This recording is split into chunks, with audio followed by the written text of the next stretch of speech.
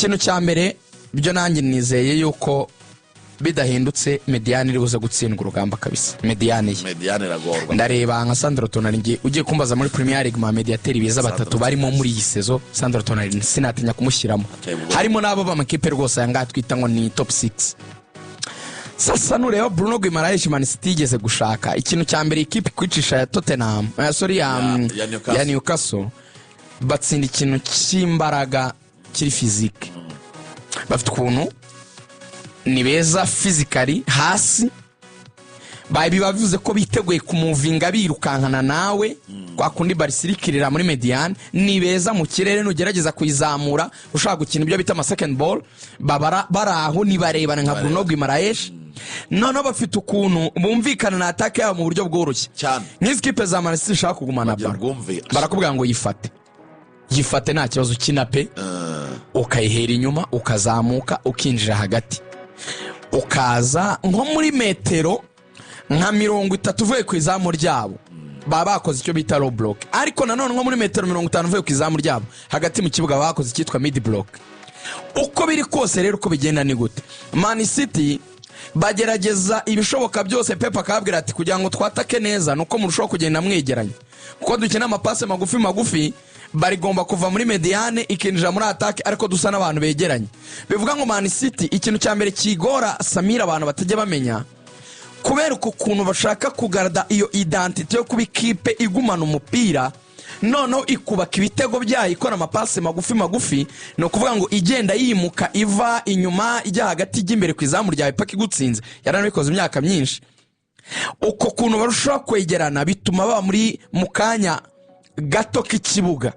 Nango abakinnyi ba Man City tuvuge niba ari abakinnyi 10 b'imbere, dufate wenda Haaland nabo bakinana imbere, tuvuge ko begereye urubuga rwa Haaland bafate Marmoush, tuvuge ko bari mu rubuga hafi wenda inyuma gato ya box ya adversaire, ariho bari kumuvingira.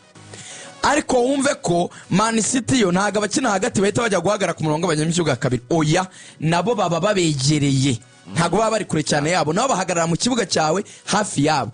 Noneho defense ntago yaguma imbere ya garde wa Man City, kandi yumva mediateri bayo bari mu kibuga cya adversaire iri defense nizigahagarara ku murongo ugabanyamicyuga kabiri ikazamuka. Ntiwumva ko ku murongo abanyamicyuga kabiri muri bari gukiniramo w'icyo kibuga ndetse no ku murongo winjira muri box ya adversaire, ntumva ko ako kanya ariko abakinnyi ba Man City benshi baba barimo, ako kanya bagahagararamo kugira ngo ahantu hose bari bujye habe hari umuntu wabo. Niyo logique.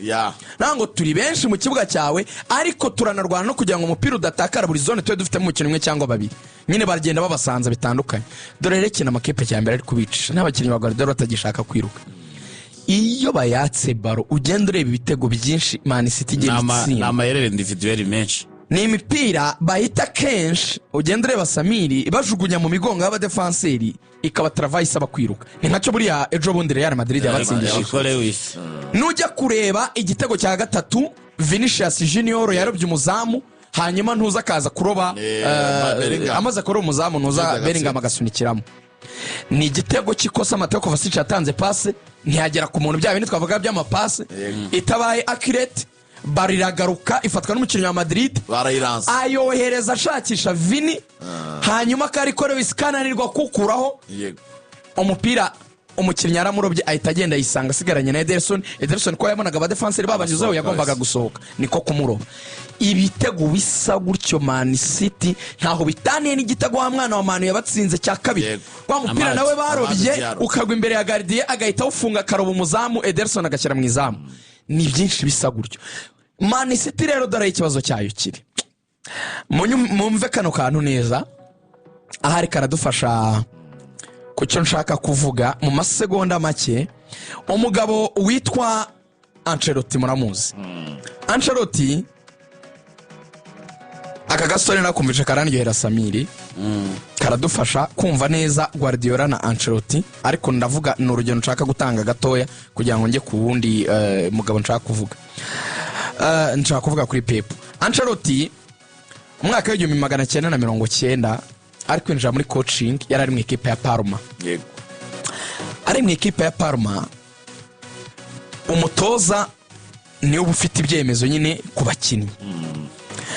umugabo boss nyiri kipe yaramwe ati Carlo Ancelotti, boss yitwaga nyiri kipe yitwaga Caristo Tanzi, yaramwe ati hari kuri Christmas mu birori bitegura Noheli, ngo yaramuramukije aramubwira ati match nke ziri imbere ndakwirukana kuko turi gutsindwa kandi turi gukina nabi.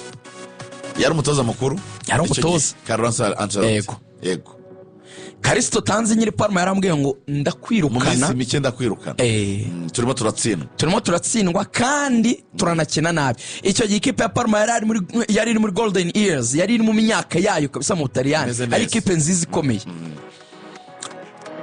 Aravuga ngo uyu mutayikuni naramusuhuje ndamubwira nti mugire Noheli nziza kandi murakoze. Icyabaye wakwibaza ngo kuki yamubwiye ngo ndakwirukana. Muri biography ye yise ngo ni Preferisco la Copa, Ancelotti yaravuze ngo nari nkwiye kwirukanwa kubera ko ntagize flexibility ngo ngire ibintu mpindura ku byo nemeraga. Ibihe niryo jambo nshaka gufatiraho. Muzi umukinnyi yitwa Roberto Baggio Samiri, yari umukinnyi wo muri Parma, izamo uyu mugabo yitwa Carlo Ancelotti kuba umutoza. Roberto Baggio arambwira ati Carlo Ancelotti, nje ikintu cyandyohera gukina suko twakina turi abataka babiri bateganye imbere, urumva ari kuri abakina kane yaramubwira ati njye mfasha nkinire mu mugongo wa rutahizamu, nase naho yataka rumwe nje nkinire inyuma ye, birandyohera kugaruka hagati ngakurura umupira nkuko hagati mbona kujya imbere aho kugira ngo ngume imbere bansangishe yo baro. Carlo Ancelotti ngo yanze ko flexible, aravuga ngo oya ugomba guhagarara ukaguma imbere, ndagushaka muri abataka babiri. Ibyo bintu byari bihari, ibyo bitaga 442 Diamond iri classique nyine abantu barayizi. Yanze ko flexible, umukinnyi byabaye ngombwa ko bamugurisha mu ikipe yitwa Bologna kuko yari umukinnyi mwiza, ntarakumvikana na coach, ntabwo yakwicara kuri bench kandi ntiyakina ibintu atashaka cyangwa atishimiye. Umutoza yanze ko flexible ku mukinnyi mwiza ahitamo kumugurisha. Ibyo byatumye mu mezi make ari imbere yirukanwa kuko yaratsinzwe kwa kutumva icyo kintu cyo guhindura. Yego ubwo muraganisha kuri Pepe, yaravuze ngo nizi somo kuva icyo gihe cyuko ntazigera mpangana n'abakinnyi banjye. Guardiola warakubwira ati rero bikino uko nabitekereje, wa mwana we mfite abascholars ni abanyeshuri bankuyeho ubumenyi. Yego mfite abadisipure bamvugira, ba Enzo Maresca, ba Arteta, ba Company, n'abantu bavuye iruhande rwanjye, n'abana banjye bazi ko ndi umugabo w'umupira. Pep afite ikintu nakomora mu myaka y'1990 cyambere yayo gato, ngiye kunyuramo gato kugira ngo abantu basobanukirwe neza impamvu bigorana ko Pep yahindura ibintu bye, kuko abantu bakomeza kwibaza icyo kintu.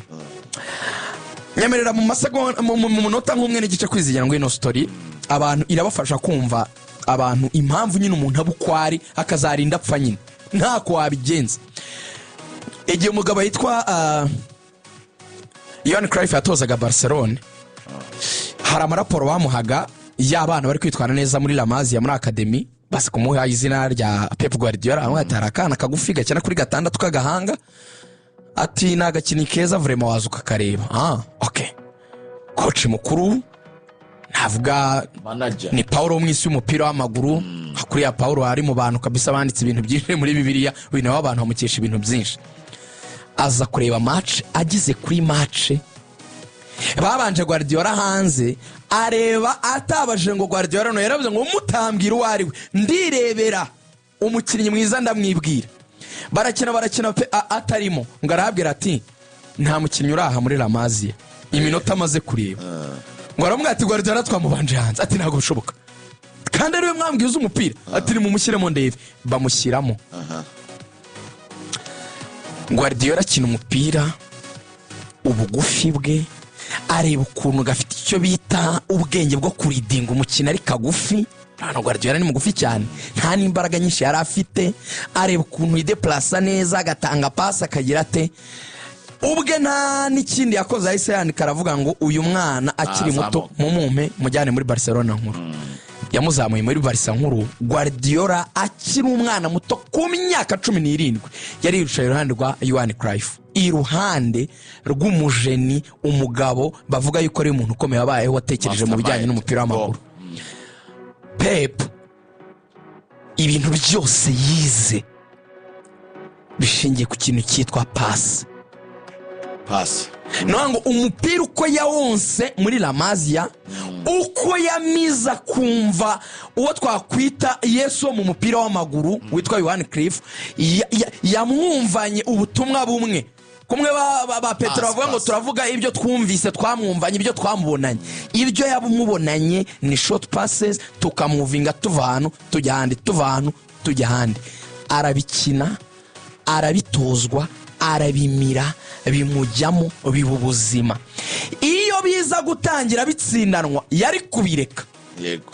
Guardiola noneho aho byarushijeho kubera bibi kugira ngo ubyumve, Guardiola yageze nubwo aza muri kariyeri yo gutoza aba ari byo bintu akora biramuhira. Ubwo sibyo byatumye ava mu Budage muri Bayern, atwara ibikombe muri za Barca, atwara ibikombe muri Bayern nubwo atatwa Champions League, ariko yaratwaraga ibindi bikombe kandi agatsinda ibitego byinshi kajyana n'amanota menshi. Aza muri Man City bavuga ngo ntibizakora muri Premier League, umwaka wa mbere bavuga ngo ni flop. Guardiola ibyakurikiye na amateka anyuzemo, atwara champion enye, arabikora bitwara na treble. Byabaye ibintu byabaye navuga ngo nk'ikintu yizereyemo gihinduka principe ihame. Uyu munsi wa none kumubwira kugihindura, kumubwira kudasana cyo kutamera uko kimeze, kutakira ukuri ngavuge ngo ntago bigikora neza bitewe n'ibyo mfite, n'utuntu ashobora guhindura nka option B muri match. Yigeze kubikora batsinda Chelsea 3-1, abonye ko Chelsea iri kumupressinga cyane yegereye izamu, akazajya bwira Ederson ngo uzi kudegaja, nawe havuye na ya assist yahaye Haaland, akamubwira ngo ujye uhita udegaja kuko bari kuzamuka cyane baza kudupressinga, degaja baro zigene zijya kuri Haaland zijya imbere. Ariko Pep ntiwamubwira ngo bitangirane match, abikinane match 5-10 zikurikiranye, ntibikunda. Uzi impamvu bidakunda? Nuko ubwiza bwose bw'ibyo yabaye byo byubakiye nyine kubyo akina agatsindwana nabyo. So uyu munsi wa none rero arakomeza gustragoringa, bamwe bagashakira ikibazo wenda bakavuga ko ari we, abandi bakavuga ko ari abakinnyi yatinze gusimbuza, abandi bakabishyira ku mvune zimwe na zimwe yagize, abandi bakabishyira wenda kukuba ari ikintu cya ekipe yatwaye byose ikagera ahantu abakinnyi noneho morale ijya down, yibaza ati turarushye rwose, turacyakora iki kindi. Hari ibintu byinshi bivugwa, ariko mu ijambo rimwe ndashaka ko abantu nyine bumva kino kintu, kuko namaze igihe ngitekereza kugira ngo tukiganire gutya. Ahari ibintu dusaba Pep gukora byo guhinduka, bisa na kwa kundi bavuga ngo imbaraga z'umuntu yagize iyibanga ryabyo rihishutse cyangwa se rigaragaye, ahari hari n'igihe ari rimenyekana akagera ngo aracyafite izo mbaraga akisanga zararangiye. Urugero, muzi umugabo witwa Samson muri Bibiliya, baramwita ntuzogoshwe umusatsi, uri umunaziri. Ewana akana k'agakobwa kambaye kabisa mini kitwa Delila, kamushyiraho ikibero, aravuga ati kamushyira kabisa katije koto mu gutwi, karamubwira ati sheri wanjye mbwira aho imbaraga zawe ziri. Amubeshya rimwe, amubeshya kabiri, bwa gatatu amuhazandani, aramubwira ati ni musatsi. Bawogoshe we yagize ngo aracyafite za mbaraga ariko yisanze amaso bayakuyemo. Pep aracyagura igihe, nicyo kintu ushaka kuvuga, arakizera ko bizongera bigaklika. Sami birashoboka njye simuciraho iteka kimwe nuko nyine ishobora gukora izo mbaraga ze ari nayo endi Zararangiye. akazagira exit wenda mbi kubera ko wenda ibyo yakoze mu gihe cyabyo byakoze this time around bikaba wenda bitakishobora kumukorera. izindi match zihari ni Southampton na Bournemouth saa 11 West Ham United na Brentford. Crystal Palace iraza gukina n'ikipe ya Everton saa 1 n'igice. indi match yo kuganira Samil ni ku munsi w'ejo Liverpool na Wolves ntabwo turi bubivugeho cyane uretse ko